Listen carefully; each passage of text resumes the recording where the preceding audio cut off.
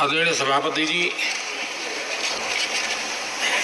ये 75वां गणतंत्र दिवस ये अपने आप में एक महत्वपूर्ण माइलस्टोन है और उस समय संविधान की यात्रा के इस महत्वपूर्ण पड़ाव पर राष्ट्रपति जी का भाषण उसका एक ऐतिहासिक महत्व भी रहता है और उन्होंने अपने भाषण में भारत के आत्मविश्वास की बात कही है, भारत के उज्जवल भविष्य के प्रति विश्वास को प्रकट किया है और भारत के कोटि कोटि जनों का जो सामर्थ्य है उस सामर्थ्य को बहुत ही कम शब्दों में लेकिन बहुत ही शानदार तरीके से देश के सामने सदन के माध्यम से प्रस्तुत किया है। मैं राष्ट्रपति जी के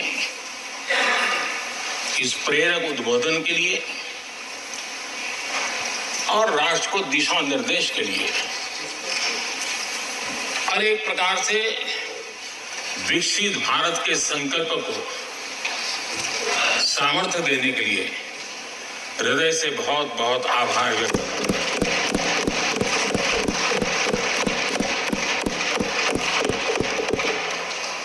चर्चा के दरमियान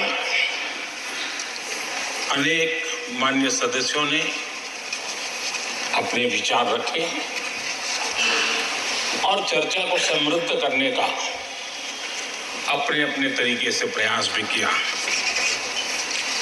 इस चर्चा को समृद्ध करने के प्रयास करने वाले सभी आदरणीय साथियों का भी मैं हृदय से आभार व्यक्त करता हूं, अभिनंदन करता हूं।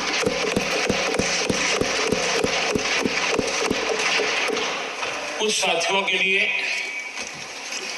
आलोचना करना, कड़वी बातें करना ये उनकी मजबूरी थी, उनके प्रति भी मैं संवेदनाएं प्रकट करता हूं।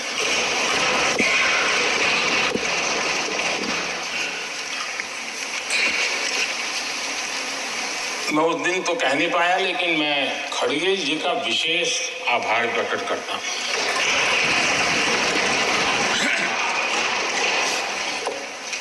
बहुत ध्यान से सुन रहा था खड़गे जी उस दिन में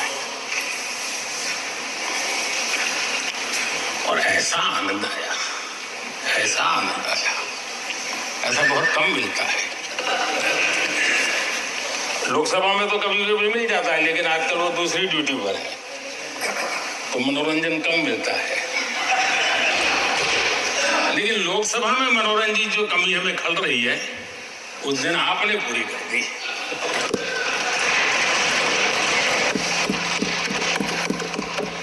और मुझे प्रसन्नता इस बात की थी कि माननीय खड़गे जी काफी लंबा और बड़ी इम्तिहान वजह से शांति से बोल रहे थे, समय भी काफी लिया था। तो मैं सोच रहा था कि आजादी मिली कैसे,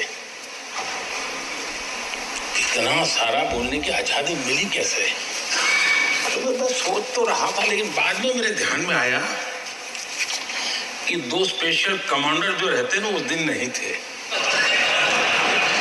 और आजकल नहीं रहते और इसलिए बहुत भरपूर फायदा स्वतंत्रता का आदरणीय खड़गे जी ने उठाया।